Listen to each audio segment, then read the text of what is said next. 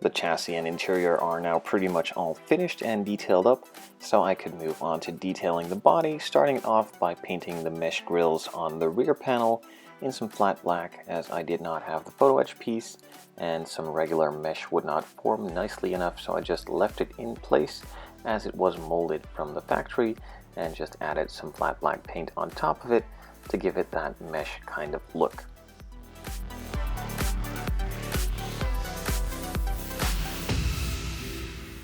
The main pieces for the headlight buckets were already painted in a custom gunmetal mix, and then I just added some silver from the chrome pins on the actual bulb.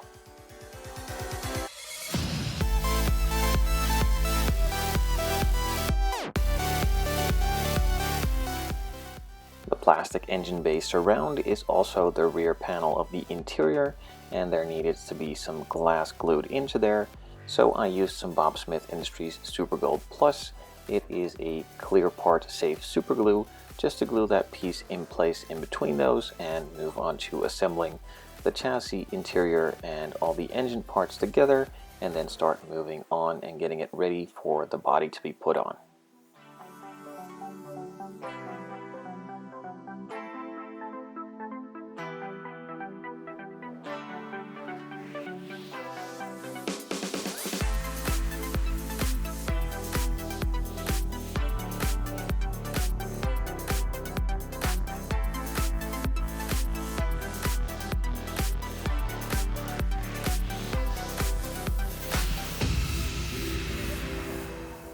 There was no actual shiny piece for the rearview mirror, so I just painted it with the liquid chrome pen. After letting it dry for a bit, I just glued it in place and also glued on the front windshield wipers.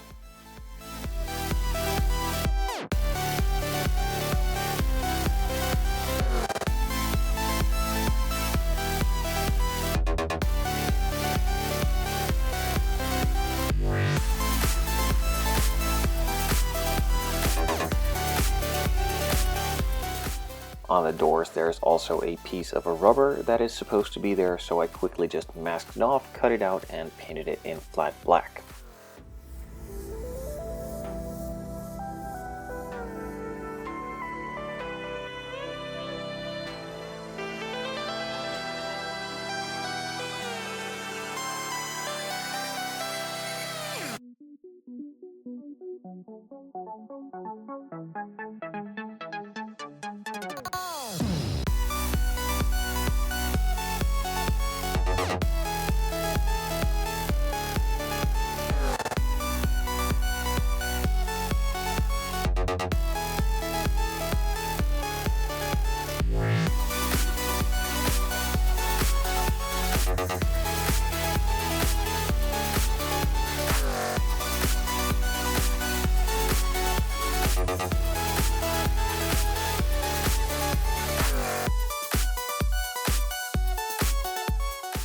I applied some glue to the windows and glued it in place.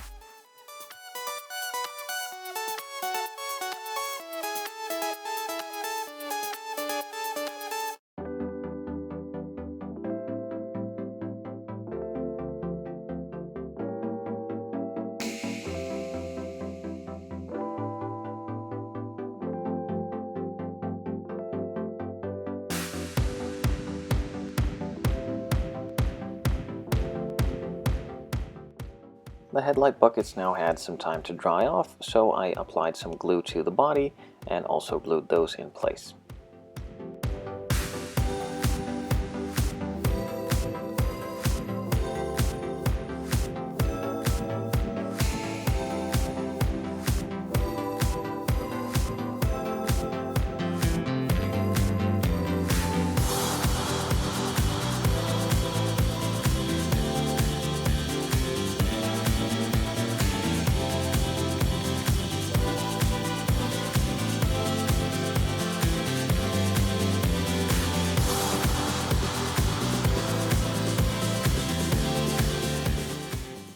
After gluing a couple of pieces together and in place, I moved on to painting some of the clear parts that are supposed to be in the rear bumper, just doing it really quickly with a permanent red marker, as that is the easiest and quickest way, and it looks good enough for these tiny parts.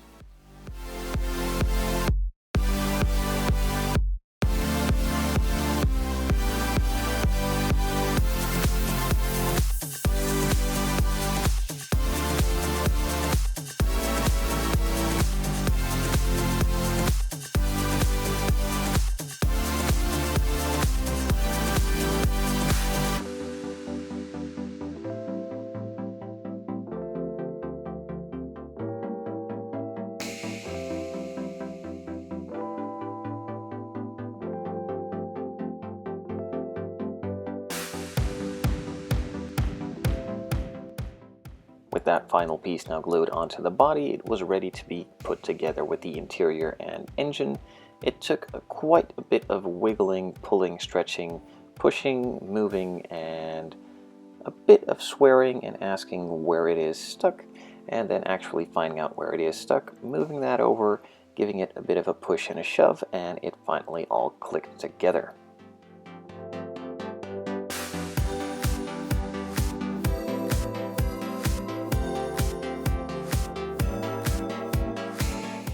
With the biggest pieces now put together, I could finally move on to assembling those final pieces and finishing off the entire build. I put a couple of drops of the super glue on top of a piece of masking tape, then took out a toothpick for some precision placement and not to use that much glue, and then glued the rear engine cover glass in as well.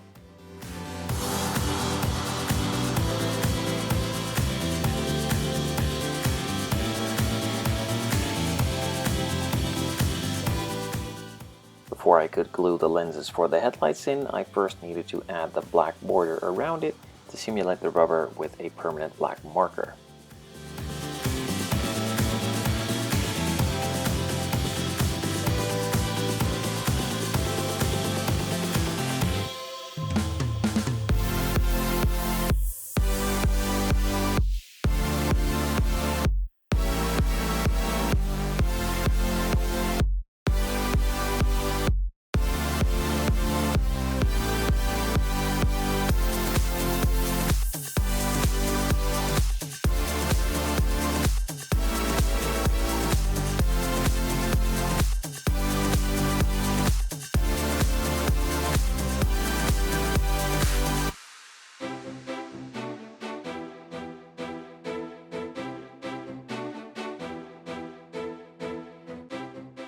In order to remove the mirrors for transportation and not have to use glue for them to be stuck in place, I drilled a small hole into the mirror, inserted a metal rod and glued that in place, then transferred the mark onto the body so I knew where to drill the corresponding hole, and then just snugly fit the mirror in. And if I am transporting the model to the customer, I could just remove the mirror safely, and when the model is stationary again, I could just insert it, give it a snug push, and it is tightly again in place.